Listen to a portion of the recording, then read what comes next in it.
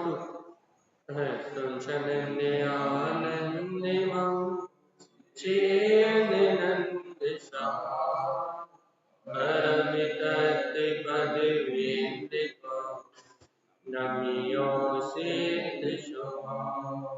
गुरुवे दुःखति ज्ञानशरिका तारण तरण समर्थिनि गुरु संसार धम्मज्योतौ जिनवरे अर्थति अर्थविजो भय विनाश भवजो कमलज्ञान परिजो एको गुरु को धर्म को साक्षी को परमार्थ। श्री भयकिपनिक मूल पौड़ ग्रंथराज श्री देवदीप्ति गाथा गाथा 117 तक, इसमें 17 कारिकाएं हैं। मंगलाचरण 2 कारिकाएं पढ़ेंगे अपन, पहली दूसरी।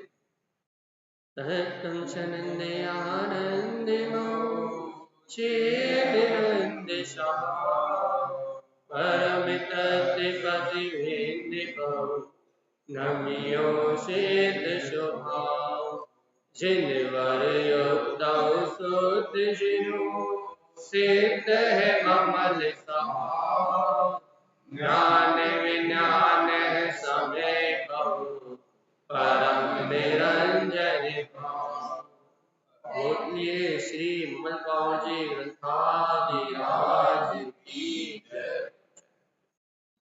एक साथ मंत्र चरण करेंगे।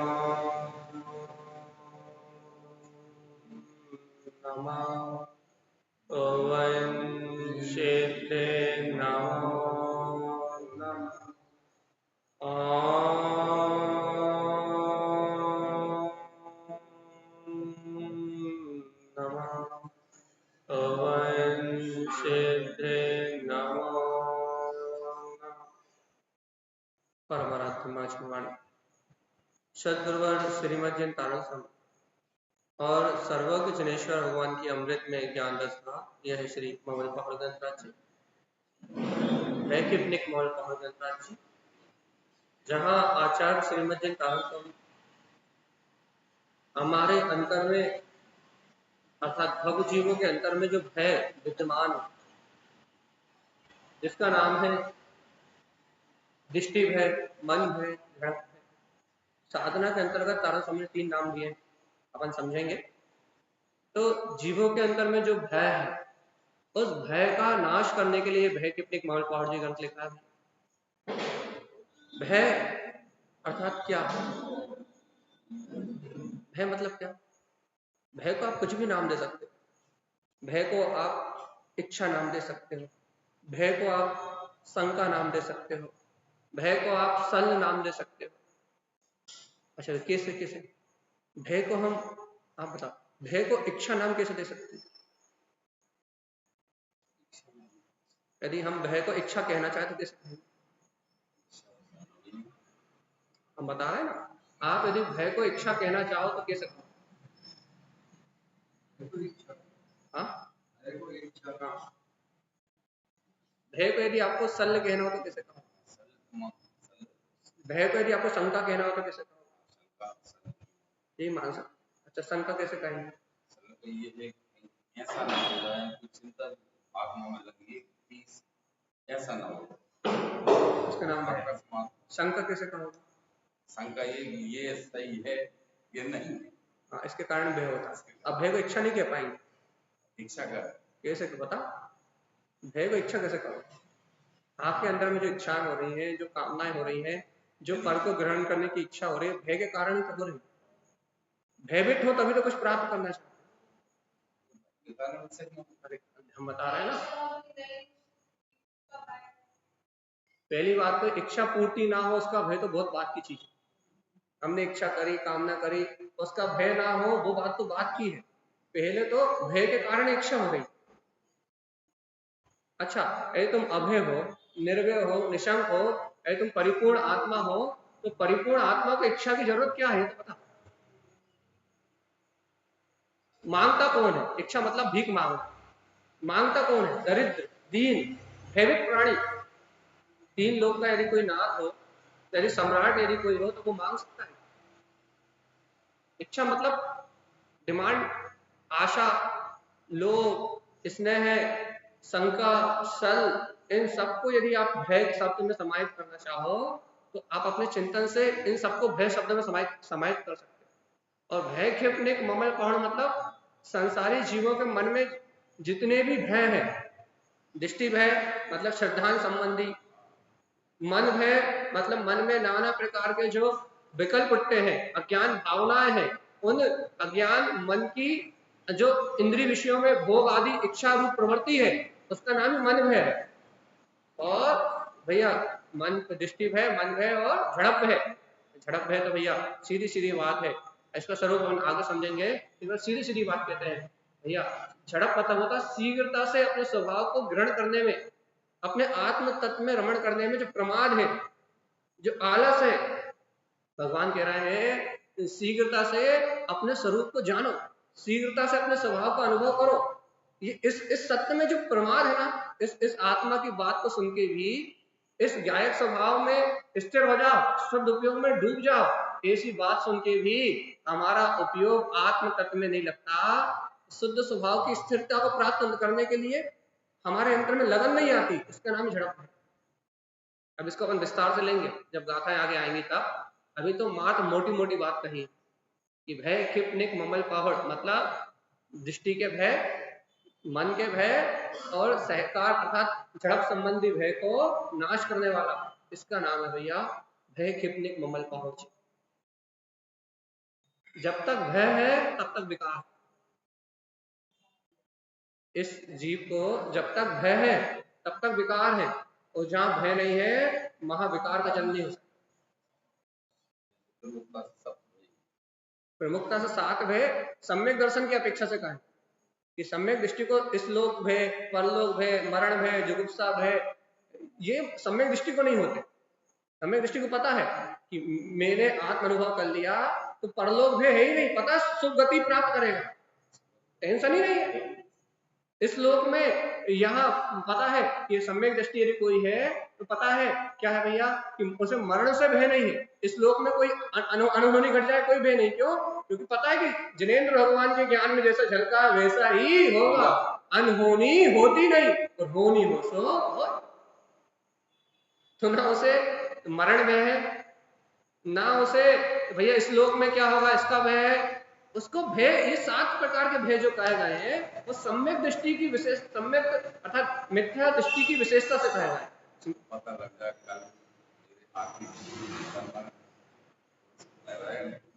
देखो भैया, यदि सम्यक दृष्टि आत्मार्थिक जीव को पता लगे कि कल मेरा मरण है, तो फिर तो मृत्यु महोत्सव समाधि की तैयारी है, उत्सव मनाएगा, भयभीत थोड़ी ना होगा। आप उसे तो ये बोध होगा कि अब पुराने कपड़े छोड़ के नए कपड़े पहनने का समय आ गया है, और वो जो नए वस्त्र होंगे इससे अच्छे होंगे। तो भैया सम्यक दृष्टि को भय नहीं होता। यदि अपन पुराने कपड़े उतार के नए कपड़े पहनते हैं तो शोक नहीं होता, प्रसन्नता होती है ना, समाधि की तैयारी होती है कि अब तो भाव भाव के मरण का अभाव करने का समय आ गया। अब तो समाधि पूर्वक सम्यक पूर्वक मरण कर रहे हैं। अब तो स्व समय में अपने शुद्ध स्वभाव के सहकार की भावना से मरण कर रहे हैं। अब भय नहीं, अब तो उत्सव है। आत्मार्थी जीव का मृत्यु महोत्सव होता है, समाधि उत्सव होता है, वैराग उत्सव होता है। भैया संसारी जीवों को भाई मरण भय होता है। हम क्या कह रहे हैं, जो सात भय कहे गए हैं वो मिथ्या दृष्टि की अपेक्षा से कहे, सम्यक दृष्टि की अपेक्षा से नहीं। वो सातों नहीं होंगे जो आप नाम बोल रहे हैं। मरण है सम्यक दृष्टि को वो जब वो बच्चा आया सामने ये मुझे मारेगा, मरण है नहीं, वेदना है। मृत्यु तो उन्होंने खुद स्वीकार करी, कील पे सर पटक के उन्होंने प्राण अंत किया। मरण भय नहीं, पीड़ा भय। पीड़ा भय मतलब भैया देखो, गति अनुसार मति, राजा क्षणिक का जो प्रसंग आप कह रहे हो वो उसका उस भाव से नर्क जाना निश्चित था, इसलिए गति अनुसार वैसी मति हुई।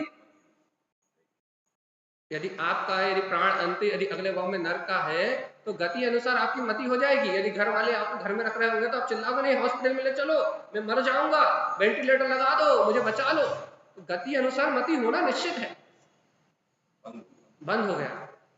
इसलिए भैया तो गति अनुसार मति का परिणमन हुआ है।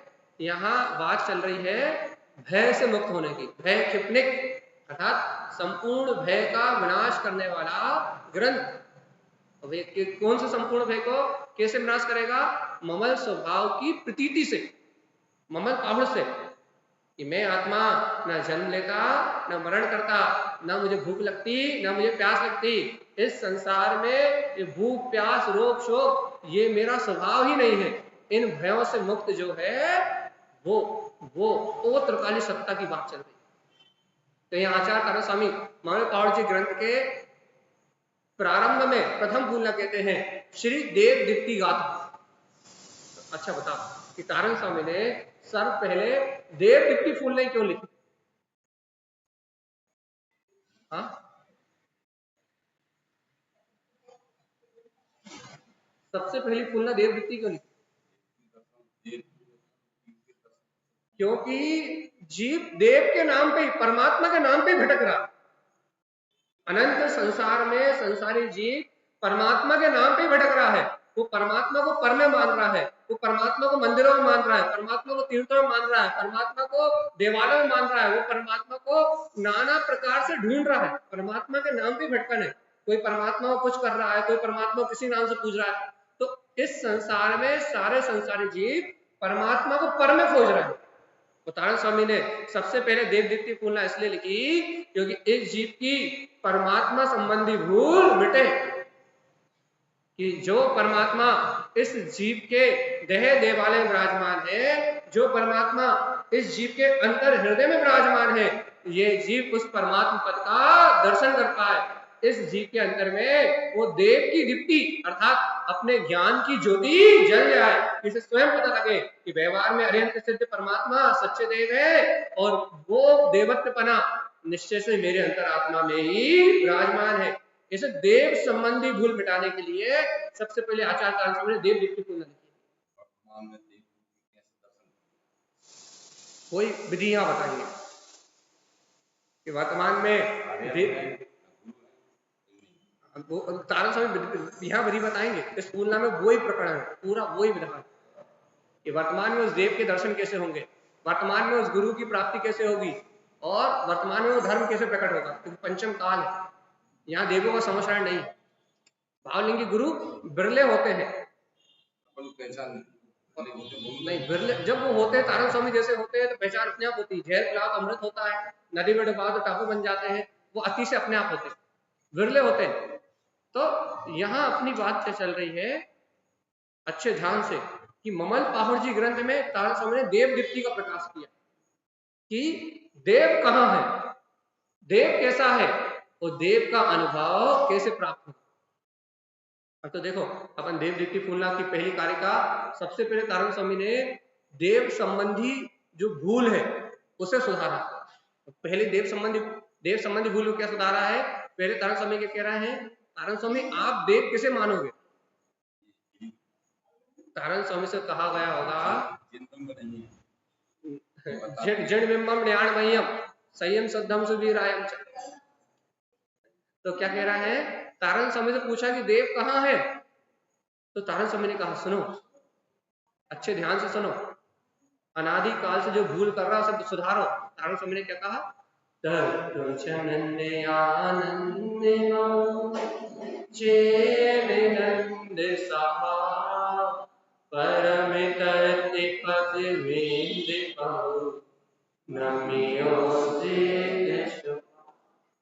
कहा? प्रथम फूलना के मंगल चरण में तारण स्वामी ने देव की व्याख्या करी। क्या व्याख्या करी है? हम यहाँ आपको अर्थ पढ़ के सुनाते हैं, इसके अर्थ इसकी व्याख्या करते हैं। क्या व्याख्या करी है? नारायण स्वामी ने इस मंगलाचरण में कहा, सदगुरुदेव ने कहा है कि नंद आनंद चिदानंद में ये आत्मा है, स्वयं कैसा है? स्वतत्व नंद में, आनंद में, चिदानंद में और परमानंद में है। हे भव्य आत्मा, इसी निर्विकल्प पद को अपने अंतर में अनुभव करो, इसी निर्विकल्प पद को अपनी अनुभूति में देखो। ये स्वस्वरूप शुद्धात्म देव ही सब तत्वों में परम तत्व है। और ऐसे अपने परम तत्व का अनुभव करते हुए सिद्ध स्वभाव को स्वयं में अनुभव करो, अर्थात अपने सिद्ध स्वभाव को नमस्कार करो। वास्तव में देवों का देव अर्थात अरिहंत परमात्मा भी जिस देव का अनुभव कर रहे हैं, वो देव तुम्हारा स्वयं का गायक स्वभाव ही है। ऐसा कारण समझो। तत्व चा, तत्व कैसा है? तत्व मतलब सार। इस जगत में सार क्या है? इस 27 तत्वों में सार क्या है?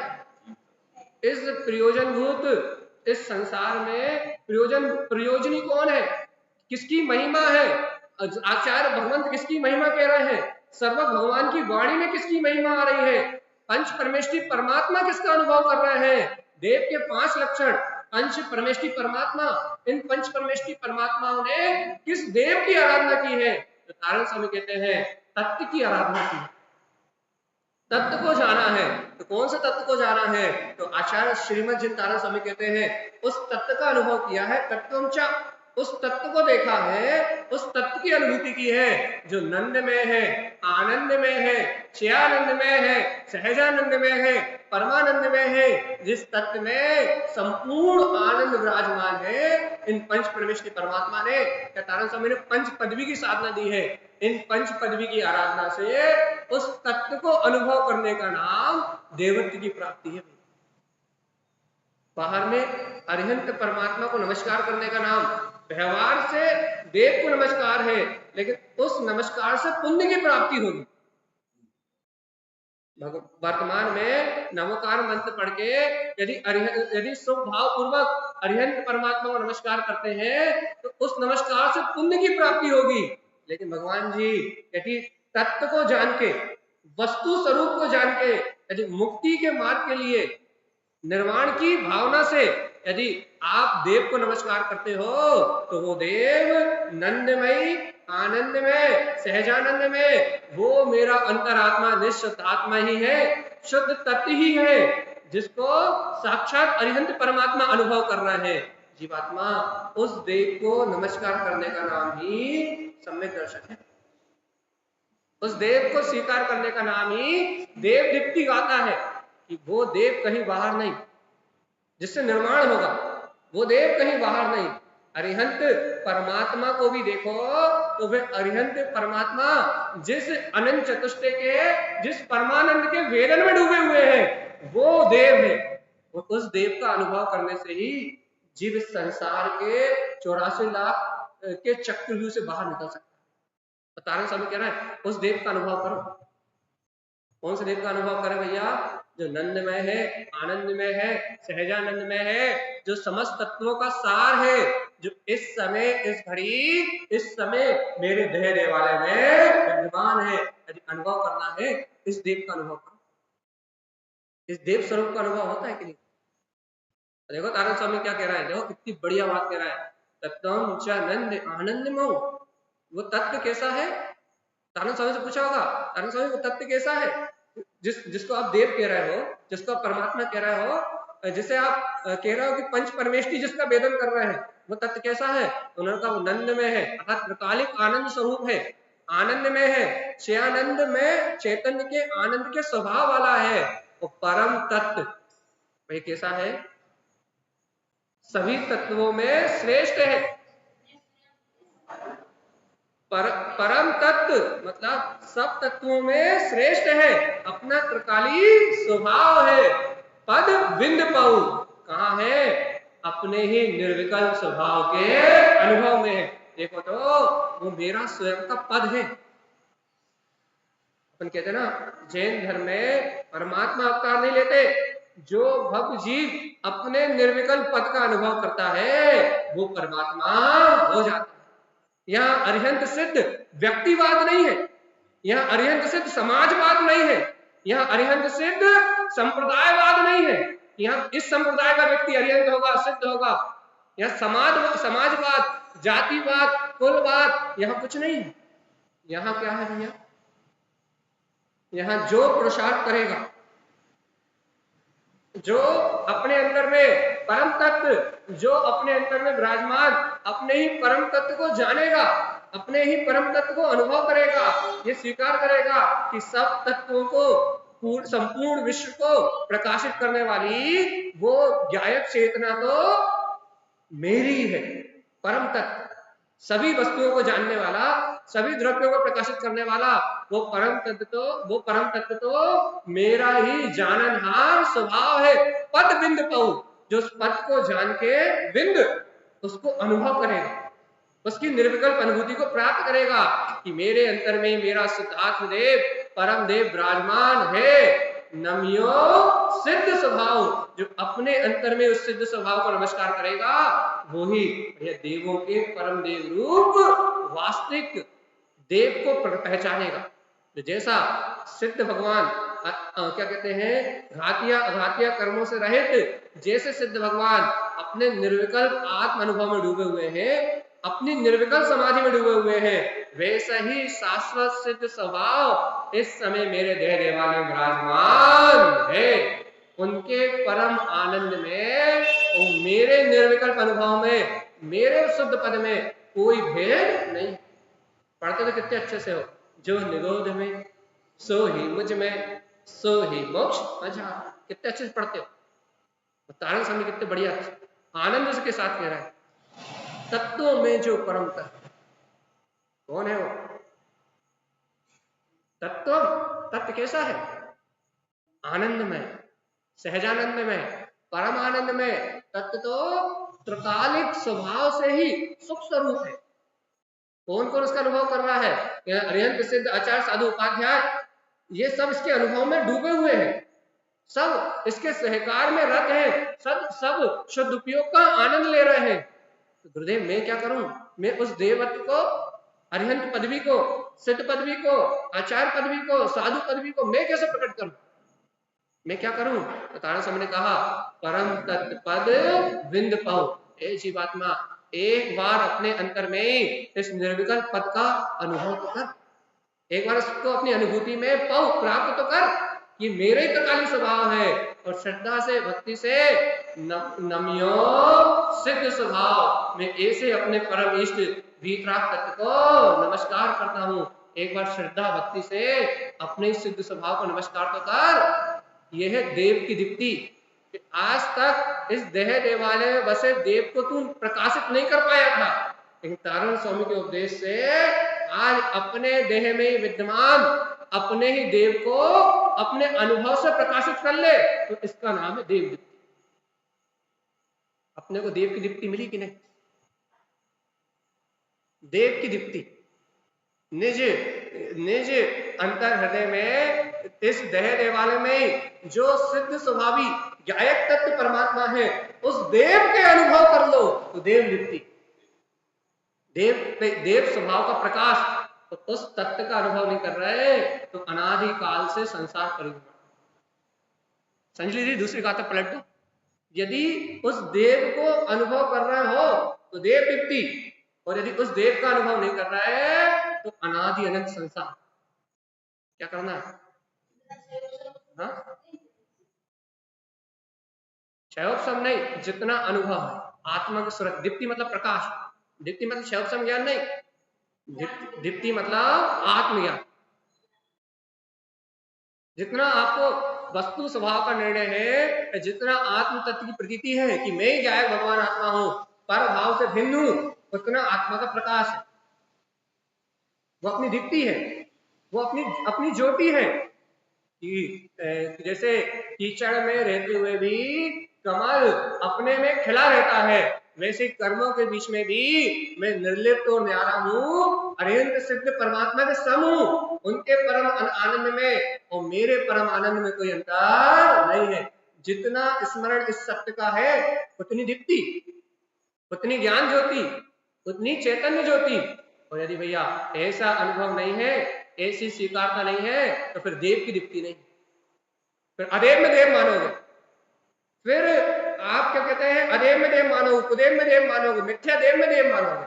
यदि अंतर में अपने सिद्ध स्वभाव की गायक तत्व की दीप्ति प्रकट नहीं हुई, चैतन्य ज्योति की आभा प्रकट नहीं हुई कि मैं गायक परमात्मा हूं, तो परमे देव की खोज कभी खत्म नहीं होगी। कभी मंदिरों में घूमोगे, कभी तीर्थों में घूमोगे, कभी यहां वहां भटकोगे, देव को कहीं ना कहीं मानोगे। और जब तक देव को परमे मानोगे तब तक अपना निज आत्मा स्वयं जो सिद्ध स्वाभाविक देव है वो देव अनुभव में प्रकट होने वाला नहीं।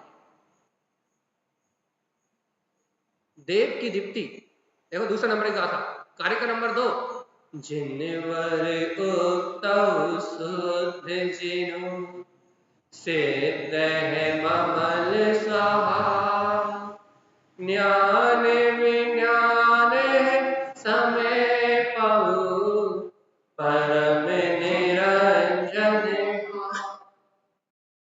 तारण स्वामी से पूछा होगा, तारण स्वामी आप देव तो देहाने बता रहे हो, आप तो कह रहे हो अपने सिद्ध स्वभाव का अनुभव करना ही देव की प्राप्ति है, ऐसा किसने कहा? तो कहना है जिनवर उक्तौ, जिनेन भगवान कह रहे हैं।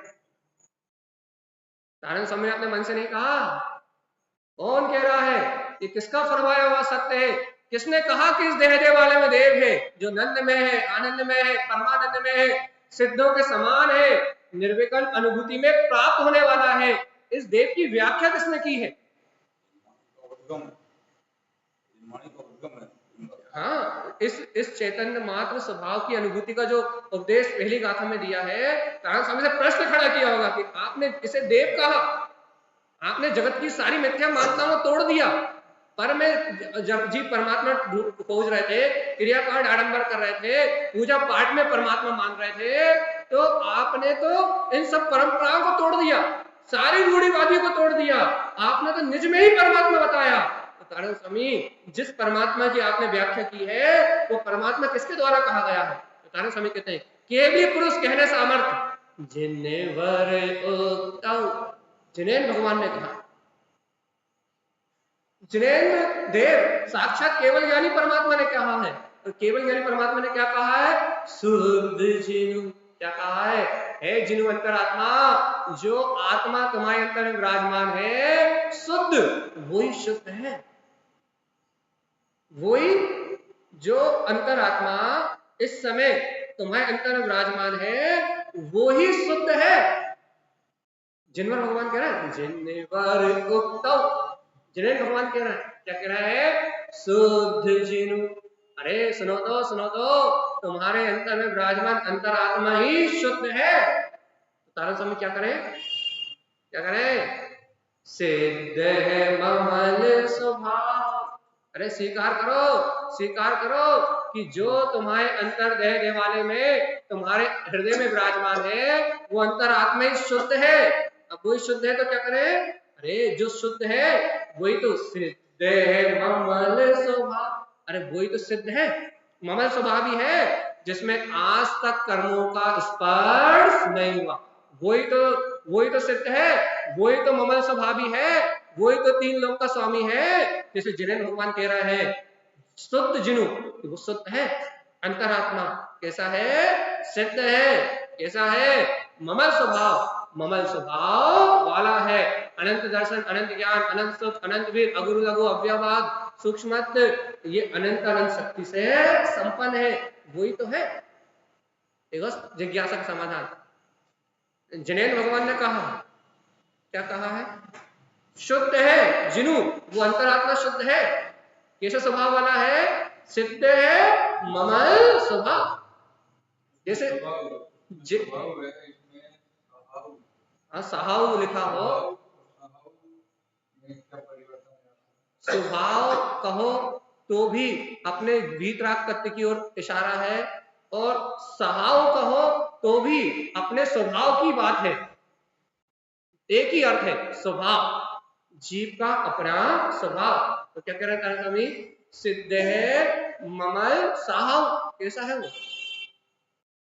वो सिद्ध स्वभावी, ममल स्वरूपी, वो जो अंतर आत्मा जिसे जिनेन्द्र भगवान शुद्ध कह रहा है, वो साक्षात जिनेन्द्र जैसा है, सिद्ध भगवान को जैसा है। स्वीकार होगा कि नहीं होगा? देखो पहले तारक में देव देव की भूल ना लिखी, इसलिए लिखी कि देव संबंधी भूल मिटे, और देव संबंधी भूल मिटे और जीव अपने निज अंतर देह देवालय विराजमान देव को स्वीकार कर पाए। क्यों? क्योंकि जब अपने आप को सिद्ध स्वभावी, ममल स्वभावी आत्मा स्वीकार करेगा, तब ये जीव का उपयोग अपने निज दर्शन करने के लिए, अपने स्व की अनुभूति करने के लिए अपने अंतर में आएगा। और यदि ये अपने आप को सिद्ध स्वरूपी ममल स्वभावी भगवान आत्मा स्वीकार नहीं करेगा, तो इसका उपयोग कभी अपने दर्शन करने के लिए अपने पास नहीं आएगा। ये हमेशा परमात्मा के दर्शन करने के लिए संसार में भटकता रहेगा। जिनवर उक्तो, जिन्हें परमात्मा कहते हैं शुद्ध जिनु, कि ये आत्मा अनादि अनंत से शुद्ध है, इसको अनुभव में प्राप्त करो, इसे स्वानुभूति में जीत लो। कैसा है? सिद्ध है, सिद्ध स्वभावी है, ममल है, आठ कर्म से रहित है, साहव, और ये तुम्हारा अपना स्वभाव है। ये जो परमात्मपना है ना, ये जीव का स्वभाव है। ये परमात्मपना स्वयं जीव का स्वभाव है। ये परमात्मा कोई पर्याय नहीं है, ये मेरा त्रिकाली स्वभाव है। आज भी था, कल भी है और अनंत तक रहेगा। मंदिर में नहीं मिलेगा, तीर्थ में नहीं मिलेगा।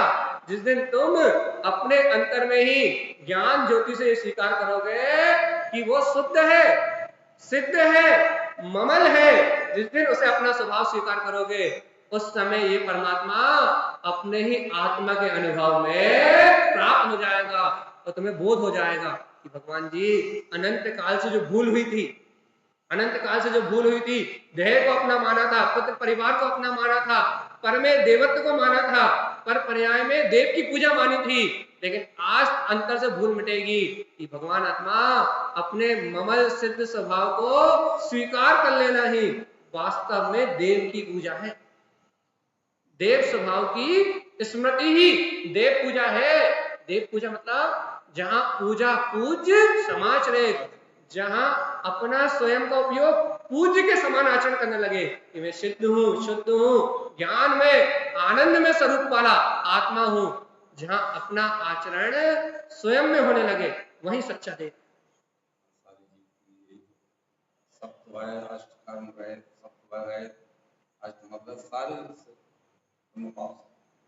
सारे कर्म कलंकों से रहित वो सिद्ध ममल स्वभाव अपना देव है। इसका प्रकाश तारण स्वामी देव दीप्तिपूर्ण इसलिए लिखी कि इसका प्रकाश करना जरूरी है। क्यों? क्योंकि जीव पर में देव मानने तो तैयार है, लेकिन जीव स्वयं में देव स्वीकार करने तैयार नहीं है।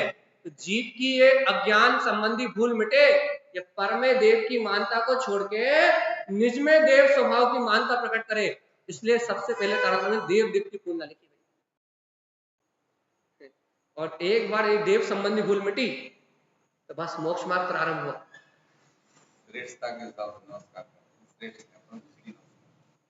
देखो तारण स्वामी से पूछा होगा, तारण स्वामी आपने कह दिया कि वो शुद्ध है, सिद्ध है, ममल स्वभावी है, हमें कैसे प्राप्त होगा? देखो नीचे का लिखा, ज्ञान विज्ञान है समय पाओ। क्या करो? सरल भाषा में, हे जीवात्मा भेद विज्ञान की दृष्टि को प्रकट करके समय पाओ। बाहर जड़ अचेतन, घर पुत्र परिवार मकान दुकान मंदिर देवालय चैत्यालय सब मेरी चेतना से भिन्न है। ज्ञान विज्ञान, तुम ज्ञान से आत्मा के विज्ञान को प्रकट करो। ज्ञान विज्ञान, तुम ये स्वीकार करो कि मैं आत्मा ज्ञान से केवल ज्ञान स्वभावी हूं। जब तुम ये स्वीकार करोगे ज्ञान विज्ञान, जब तुम भेद ज्ञान करोगे तो समय पाओ, तो तुम्हें अपने स्व समय अंतरात्मा की समय सार परमात्मा की प्राप्ति हो जाएगी। तुम्हें तुम्हारा देव अनुभव में आ जाएगा, तुम्हें अपनी स्वसत्ता स्वीकार हो जाएगी। ज्ञान विज्ञान समय पाओ। अरे पाना चाहते हो उस परमात्मा को, पाना चाहते हो उस परमात्मा की अनुभूति को, तो पर से भिन्न होके भेद ज्ञान की दृष्टि को प्रकट करके केवल ज्ञान में आत्म स्वभाव को स्वीकार करो। मैं समय सार आत्मा हूं, समय पौ, एक बार स्वीकार तो करो, अनुभव में लो तो। कैसा है वो? परम निरंजन भाव, निरंजन कह दिया, परम अतः वो श्रेष्ठ भाव है।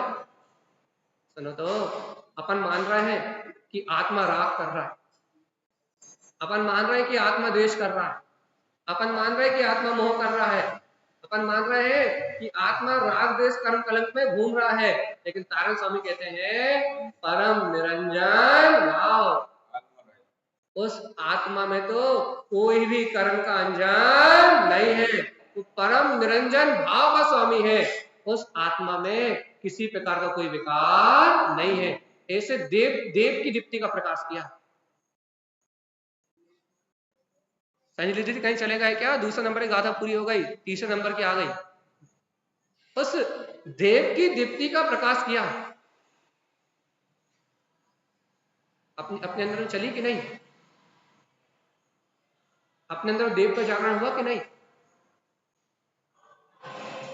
देखो तीसरी गाथा में क्या कहते हैं, देखो परमे पयम परमाणु, सुनो सुनो, परम ज्ञान सह का, परम निरंजन सोमुनहु, ममले ममल सा। क्या कह रहा है? तारण स्वामी से कहा होगा, तारण स्वामी आप कह रहे हो कि स्वयं में देव है, नंद आनंद में है, आप कह रहे हो कि जिन्हें परमात्मा ने कहा है वो स्वयं में शुद्ध है, सिद्ध ममल स्वभावी है, भेद ज्ञान की दृष्टि से स्वयं निरंजन भाव रूप अनुभव में आने वाला है।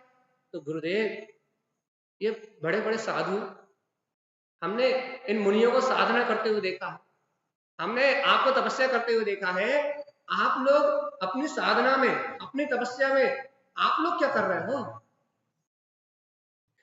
या फिर तारण स्वामी ने ये संदेश दिया है, यह संदेश दिया है कि वह वीतरागी मुनि भी, वह साधु भी जो इस देवत्व पद को प्राप्त करने वाले हैं, वह क्या कर रहे हैं? देखो तो जरा उन साधुओं के अंतर की दशा तो देखो, क्या कर रहा है वो?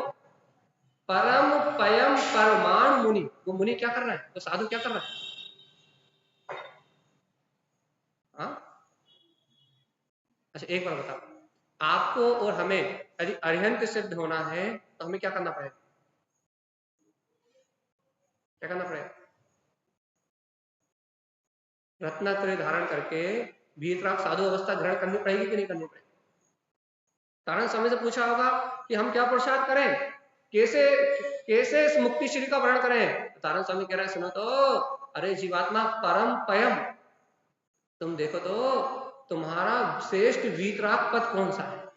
परमाणु मुनि, उसे प्रमाण तो करो, अपने परम पद को ग्रहण तो करो।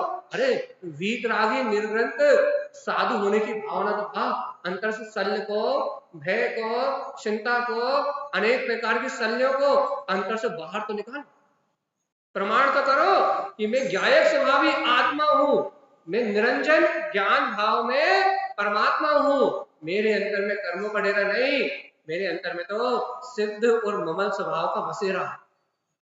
स्वीकार तो करो, प्रमाण तो करो। क्या प्रमाण करें? परम पयम, अपने परम पद को प्रमाण तो करो,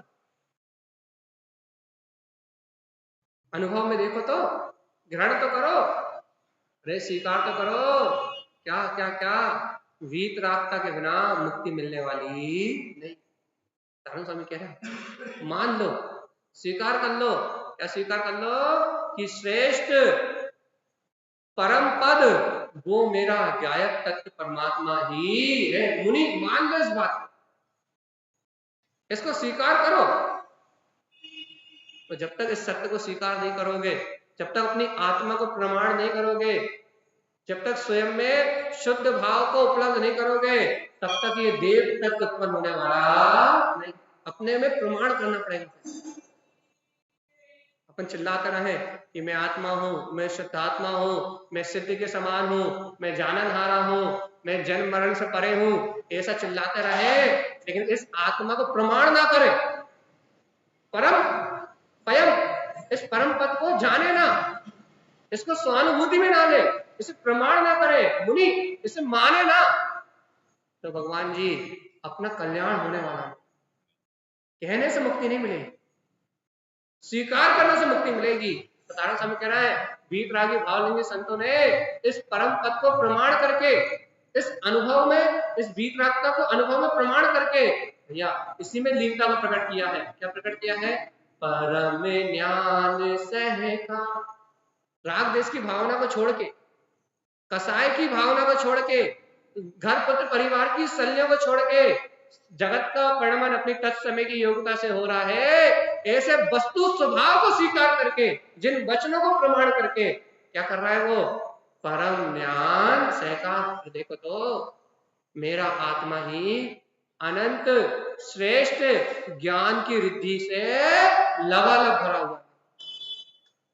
देखो मुझे ये तो विश्वास होता है, देखो ध्यान से सुनो, मुझे ये तो विश्वास होता है कि मेरा मन पापों से भरा हुआ। विश्वास होता है कि नहीं होता? जब देखो जब इच्छाएं करता है, जब देखो जब कामनाएं करता है, जब देखो जब झूठ बोलता है, जब देखो जब पाप करने चला जाता है, जब देखो जब बाहर में परमात्मा की खोज करने लगता है, जब देखो जब मन का रस पाने के लिए निकल जाता है, तो मुझे ये तो विश्वास होता है कि हमारा मन अज्ञान और पापों से भरा हुआ है। लेकिन भगवान की वाणी सुन के विश्वास होता है परम ज्ञान सहका, मेरा आत्मा श्रेष्ठ केवल ज्ञान से ओतप्रोत लबालब भरा हुआ, आत्मा में अनंत ज्ञान के अलावा और कुछ नहीं। अज्ञान तो स्वीकार होता है कि नहीं? वर्तमान कर्म संयोग दशा होने के कारण, वर्तमान पर्याय में राग देश कसाय रूप परिणमन होने के कारण से, विभाव परिणाम होने के कारण से, विभाव रूप परिणमन होने के कारण से मुझे ये तो स्वीकार होता है कि मैं कामी हूं, मैं व्यसनी हूं, मैं क्रोधी हूं। होता है कि नहीं होता? ये झूठ बोलता हूं, चोरी करता हूं, राग करता हूं, देश करता हूं, यहां जाता हूं, वहां जाता हूं, ईर्ष्या होती है, जलन होती है, प्रतिस्पर्धा होती है। कर्म संयोग होने के कारण से हमें अज्ञान भाव तो स्वीकार होता है। भूख लग रही है, प्यास लग रही है, ठंडी लग रही है, गर्मी लग रही है, सुख हो रहा है, दुख हो रहा है। कोई नहीं करता तो है, दिखता है, ठीक है, इसको सही मानता है। तो वही तो कह रहे हैं, ये अज्ञान की पैदावार जो हो रही है, इस अज्ञान की पैदावार को तो स्वीकार करता है कि इस अज्ञान को मैं पैदा कर रहा हूं। ये तो स्वीकार करता है कि मैं राग कर रहा हूं, रंग कर रहा हूं, भोग कर रहा हूं, काम कर रहा हूं, ये तो स्वीकार करता है। लेकिन जब भगवान कहते हैं, जब देव दीप्ति का प्रकाश करते हुए, चैतन्य देव का प्रकाश करते हुए, शुद्ध आत्मा की अनुभूति का प्रकाश करते हुए, सच्चे देव की व्याख्या करते हुए जब कारण स्वामी कहते हैं परम ज्ञान सहका, जीवात्मा स्वीकार तो करो कि वो परम पद का धारी, सिद्धों के समान प्रमाण तो करो कि वो परम देव मेरे ही स्वभाव है। और देखो तो परम ज्ञान सहका तो कैसा है? श्रेष्ठ ज्ञान के आनंदमय है, केवल ज्ञान स्वभाव से परिपूर्ण है, अनंत ज्ञान में शक्ति का धारी है। क्या ऐसे श्रेष्ठ ज्ञान का सहकार होता है? क्या ऐसा श्रेष्ठ ज्ञान उपयोग प्रकट होता है? तो भैया उपयोग के कितने भेद? 12 में से अज्ञान उपयोग तो स्वीकार हो रहा है, तो ज्ञान में हो रहा है कि नहीं हो रहा? दर्शन उपयोग विभाव भाव रूप तो स्वीकार हो रहा है, चक्षु अचक्षु दर्शन रूप, अशुद्ध चक्षु अचक्षु दर्शन रूप। ज्ञान उपयोग तो ज्ञान भाव रूप तो स्वीकार हो रहा है, कुमति कुशत रूप, यहाँ वहां का अज्ञान परिणमन करने रूप। लेकिन जीवात्मा उस दर्शन उपयोग के, उस ज्ञान उपयोग के भेद में सम्यक ज्ञान का नंबर भी आता है, सुमति उच्छुत का नंबर भी आता है, केवल ज्ञान का नंबर भी आता कि नहीं आता? चक्षु अचक्षु दर्शन से परे केवल दर्शन का नंबर भी आता कि नहीं आता? और मेरे गुणों की बात करूं तो अनंत दर्शन और अनंत ज्ञान का नंबर आता कि नहीं आता? नहीं आता। मेरे उपयोग में राग देश भाव चल रहा है और कुबुद्धि से मैं राग देश भाव में जुड़ा हुआ हूं, तो कुज्ञान अज्ञान में उपयोग, और मेरे सहयोग में राग देश भाव चल रहे हैं, लेकिन मैं उनसे जुड़ा हुआ नहीं हूं, ये मुझसे भिन्न है, मैं ज्ञायक स्वभावी आत्मा हूं। तो फिर ज्ञान उपयोग, और जब ये ज्ञान उपयोग है, अज्ञान उपयोग नहीं, जब ये ज्ञान उपयोग है तो परम ज्ञान सहकार, अरे जब ऐसा पर भाव से भिन्न मैं ज्ञायक आत्मा ही हूँ, तो परम ज्ञान सहकार वही तो केवल ज्ञान में अपना परम पद है, वही तो अनंत ज्ञान में अपना परम पद है। जो ज्ञानी साधु इस अपने स्वस्वरूप को प्रमाण करके अपने अनुभव में इसी तत्व को देख रहा है, वही तो देवत्व का प्रकाश कर रहा है, सच्चे देव है वो। हे भव्य आत्मा, कब तक परम देव मानोगे, या कब तक अपने आप को हीन मानोगे, कब तक इस पर्याय से अपने आप को पुरुष मानोगे? अरे परम पुरुष स्वीकार करो। कब तक इस पर्याय से अपने आप को स्त्री मानोगे? अरे इन स्त्री पुरुष पर्याय से परे परम भीतराग भाव को स्वीकार करो। परम पुरुष, ये आत्मा परम पुरुषार्थी है। तारण स्वामी कह रहा है परम ज्ञान सहकार, श्रेष्ठ ज्ञान का सहकार करो ना। तारण स्वामी विश्वास नहीं हो रहा, हम कैसे मान लें कि हम देव हैं? हम मंदिर में देव है तो मान सकते हैं, लेकिन हम कैसे मान ले कि देह देवली देवम चा, इस देह में देव। परम में देव मानना बहुत सरल है, लेकिन हम कैसे मान ले इस देह वाले में देव बस रहा है? तारण स्वामी कहते सुनो, परम निरंजन सो मुनहु। देखो भैया, परम निरंजन क्या कह रहा है? मानना तो तुम्हें पड़ेगा। क्या मानना पड़ेगा? कि परम निरंजन, कि मेरा आत्मा तो इन कर्ममल के बीच में रहता हुआ भी इनसे अत्यंत अभाव रूप परम निरंजन अर्थात ममल शुद्ध भाव मही है।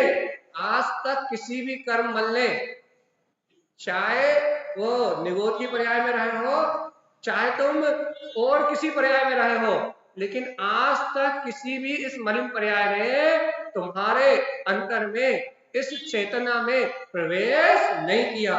मानना तो तुम्हें यही पड़ेगा। लिखा देखो, परम निरंजन सो मुनहु, वह ज्ञानी, वह वीतरागी भावलिंगी मुनिराज शरीर सहित होते हुए भी कैसे उस शुद्ध भाव का अनुभव कर रहे हैं? आप सोचो कि उनके सिर पे सिगड़ी जल रही है और वो कैसे निर्विकल्प आनंद में डूबे हुए हैं। 5 पांडवों को गरम गरम लोहे के आभूषण पहनाए जा रहे हैं। जब शरीर सहित है तो उन्हें गरम गरम आभूषणों का अनुभव क्यों नहीं हो रहा? जब सिंहिनी पूर्व भाव की माता स्वयं पेड़ भक्षण कर रही है मोह के कारण, शत्रुता के कारण, तो भगवान जी तब वो ध्यान से बाहर क्यों नहीं आ रहे? तब उन्हें उस पीड़ा का वेदन क्यों नहीं हो रहा? देखो लिखा ना, परम निरंजन सो मुनहु। अरे जिन्होंने इन कर्मों के अंजन से अपना नाता तोड़ दिया है, जिनका उपयोग अब शरीर आदि में एकत्र रूप नहीं है, मन वचन काय की जो परिणति है इसमें एकत्र रूप नहीं है, जो परम निरंजन, जो इस शरीर से भिन्न अपने ही शुद्ध उपयोग में, अपने ही ममल भाव में डूबे हुए हैं, वो साधु है। और वे अपने भीतराग भाव का अनुभव कर रहे हैं, वे अपने अंतर में स्वदेव की अनुभूति कर रहे हैं। उन्हें पर में होने वाले परिणमन का, पर में होने वाले मन वचन काय का कोई बोध नहीं है। वो स्वीकार करके बैठ गए हैं। क्या स्वीकार करके बैठ गए हैं? कि इन कर्म कलंकों से रहित मेरा स्वभाव तो परम निरंजन सिद्धों के जैसा ही है, 8 कर्म मल रहित ही है, विभाव भाव रहित ही है, परम निरंजन भाव में आनंद ले रहा है भाई अपनी स्वास्थ्यता। देखो ये लिखा है, परम निरंजन सो मुनहु, अपने लिए कह रहा है कि तुम मान लो कि तुम परम निरंजन हो, अर्थात श्रेष्ठ 8 कर्म रहित वीतराग सत्ता ही हो, तो क्या होगा? ममल सहा, क्या होगा? अपना केवल ज्ञान में, अनंत चतुष्टय में, शुद्ध उपयोग में अपना ममले ममल स्वभाव प्रकट हो जाएगा। और इस देह देवालय में विराजमान अपने देव का दर्शन अपने अंतर से ही प्रकट हो जाएगा। आज तक जिस देव को तुम संसार में ढूंढ रहे थे, वो देव आज अपने ही अंतर में ममल स्वभाव की अनुभूति में स्वयं में प्रकट हो जाएगा और तुम आत्मा से परमात्मा उस परम दशा को प्राप्त कर लोगे जिसे अंजन सिद्धों ने प्राप्त किया। यह है देव दीप्ति पूर्ण काय की ज्योति, अपने देव स्वरूप की ज्योति, अपने देवत्व का प्रकाश। तुम तो ये बता भगवान जी, तारण स्वामी की इस पूर्णा को सुन के अपने अंतर में देव की दीप्ति जली कि नहीं जली? तारण स्वामी साधु पद कैसे प्रकट होगा? तारण स्वामी कहते हैं भय विनाश भव जूमुना। ए जीव, जब तू भय का विनाश कर देगा, जब तू वीतरागता को ग्रहण करेगा कि मुझे इस संसार में कोई सुखी दुखी नहीं कर सकता, चाहे मैं घर में रहूं चाहे मैं जंगल में रहूं, पुण्य पाप के वजह से ही साता साता वेदनी का उदय आता है। जब तू पर से अपेक्षा तोड़ देगा, जब तेरे अंदर से सारी ग्रंथियां नष्ट हो जाएंगी, भय विनाश, जब तू भय का विनाश करेगा, जब तू अंतर में भयभीत पने को छोड़ देगा, पुण्य पाप का सच्चा निर्णय करेगा, यदि मैं आखिरी लेके निकल जाऊं कि बेल पे सर पे लगा हुआ हुई पारी मिलेगी तो ही भोजन करूंगा, यदि ऐसी आखिरी लेके भी निकल जाऊं तो चाहे 6 महीने बाद आहार मिले, चाहे 13 महीने बाद आहार मिले, आहार कभी भी मिले, आहार से मेरी चेतना का कोई संबंध नहीं। जब तू इतना निशंक हो जाएगा, अपने पुण्य की परीक्षा करने लगेगा कि पुण्य का उदय होगा तो जंगल में भी व्यवस्था बनेगी, और यदि पुण्य का उदय नहीं होगा तो घर में भी कोई पूछने वाला नहीं मिलेगा। भय विनाश, भय विनाश भवजु मनो। जब तू स्वीकार करेगा अरे मेरा जीव भव्य है, आज भगवान की वाणी श्रवण करने मिल रही है, मेरा जीव भव्य है, आज जिन भगवान के सिद्धांतों को स्वीकार कर रहा है, मेरा जीव भव्य है, आज उसे संसार शरीर भोग से परे अपनी अंतरात्मा स्वीकार हो रही है, मेरा जीव भव्य है कि नहीं?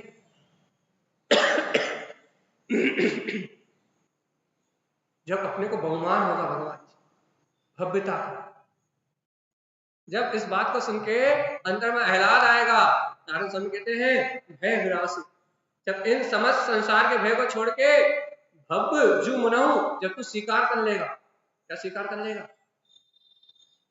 क्या स्वीकार कर लेगा? क्या स्वीकार कर लेगा? देव कहीं बाहर नहीं मिलेगा।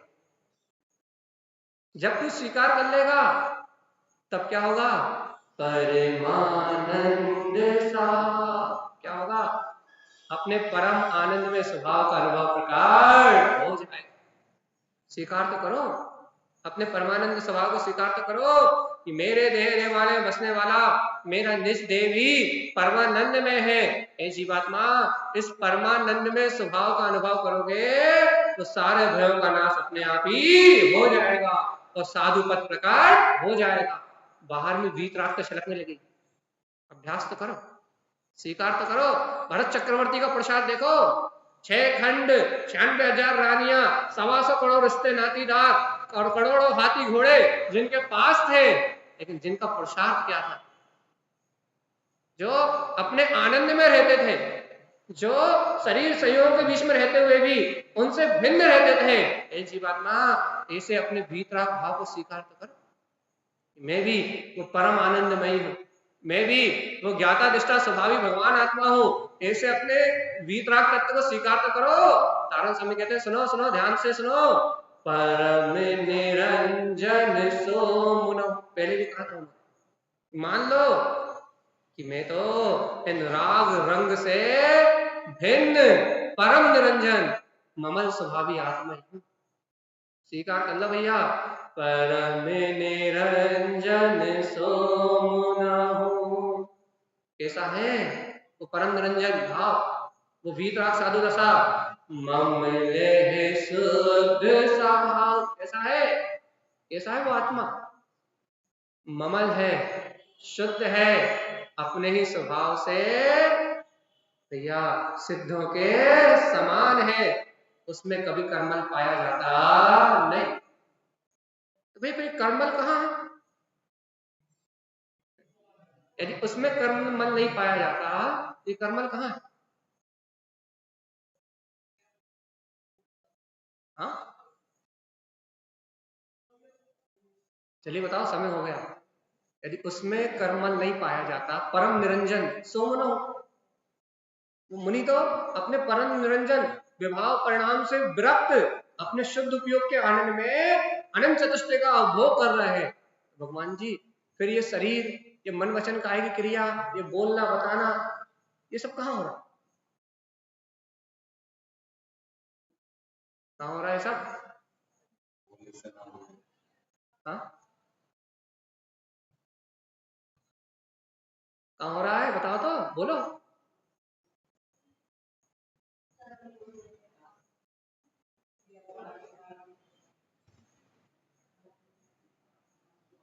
अब आपने सूत्र बोल दिया तो सूत्र भी बोल ही दे। सिद्ध है सिद्ध स्वभाव, देखे ना कहीं, सुने ना कहीं, हित उपजय ना कहीं, बोले तो ना। ये सब कहाँ हो रहा है? अरे वो तो अपने परम निरंजन भाव में सिद्ध स्वभाव की साधना में लीन है। सिद्ध स्वभाव का साधक कैसा है? जो अपने परम निरंजन भाव में डूबा हुआ है, सिद्ध स्वभाव की अनुभूति में डूबा हुआ है। ये सिद्ध है सिद्ध स्वभाव, जिसने अपने सिद्ध स्वभाव को अनुभव में सिद्ध कर लिया है। देखे ना कहीं, वो देख के कुछ नहीं कहता, सुनी ना कहीं, वे सुन के कुछ नहीं कहता, और हित उपजाए ना कहीं, लौकिक हित की कितनी चर्चा करी जाए, लौकिक हित की चर्चा सुन के भी कुछ नहीं बोलता। भैया बोले तो ना बोले, अरे वो बोलता हुआ भी कुछ नहीं बोलता। कोई कितना ही बोले तो भी वो नहीं बोलता। क्यों नहीं बोलता? क्योंकि ममले है शुद्ध स्वभाव, क्योंकि वो अपने ममल स्वभाव के आश्रय से अपने शुद्ध उपयोग में लीन है। उसे इन कर्मों से कोई लेना देना नहीं है। उसने अपनी चेतना को इन कर्म कलम से भिन्न स्वानुभूति में प्रकट कर लिया है कि मैं तो परम देव स्वभाव में गायक तत्व भगवान आत्मा हूं, मेरा इन कर्म कलंकों से कोई लेना देना नहीं है। कि माता पिता पुत्र परिवार शरीर धन संपत्ति समाज, ये सारे विघ्न तो यही छूट जाएंगे, लेकिन मेरे साथ रहेगा तो मेरा एकाकी ममल स्वभावी गायक आत्मा। स्वीकार होगा कि नहीं? घर भी छूटेगा, पुत्र भी छूटेगा, परिवार भी छूटेगा, धन संपदा भी छूटेगी, ये सारे रिश्ते नातेदार ये सारे के सारे छूट जाएंगे, लेकिन मेरे अंतर में विराजमान मेरे देव स्वरूप की अनुभूति, परम निरंजन भाव, ममले ममल शुद्ध स्वभाव का अनुभव मेरी आत्मा से कभी छूटने वाला नहीं है। इसलिए कारण स्वामी ने देव दीप की पूर्णा में अपने स्व चतुष्टय में निज देव पद की व्याख्या करी है। बताओ आपको स्वीकार है कि नहीं? आखिरी बात, ऐसा देव स्वभाव स्वीकार है कि नहीं? चलिए बोलो, हाँ कि ना? अभी भी उस देव को संसार में ढूंढोगे, मंदिर में ढूंढोगे, तीर्थ में ढूंढोगे, अभी भी उस देव को चार गति की यात्रा में ढूंढोगे, या अब उस देव को पर में ना देख के, पर में नमस्कार ना करके, इस देह देवालय बसे ममले सिद्ध स्वभाव देव दीप्ति, उस देव को अपने अंतर में कभी नमस्कार करोगे, उसे स्वीकार करोगे, उसको निज में अनुभव करोगे?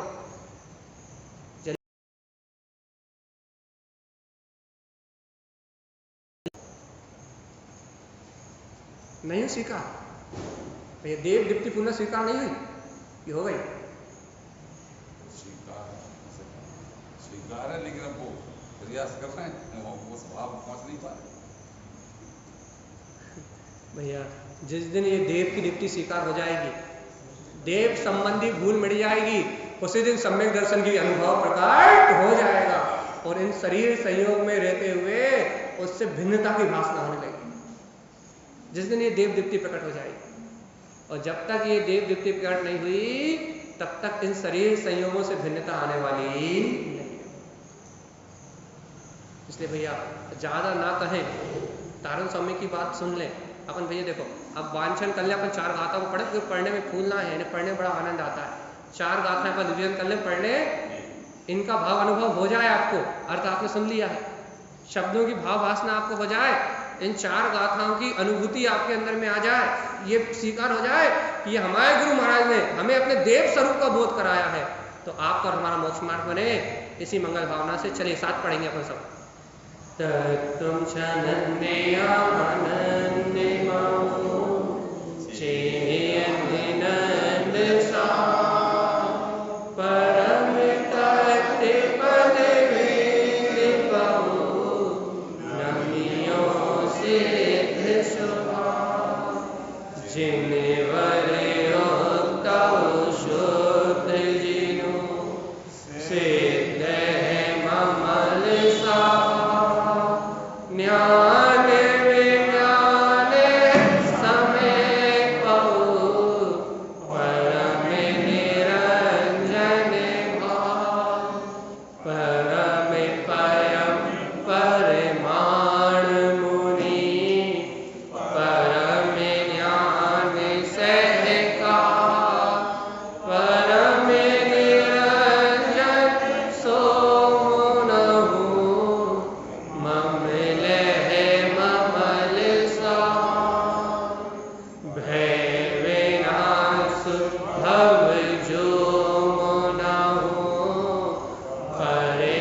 परमानंद सा परम निरंजन सो मुनहु ममल है शुद्ध सा।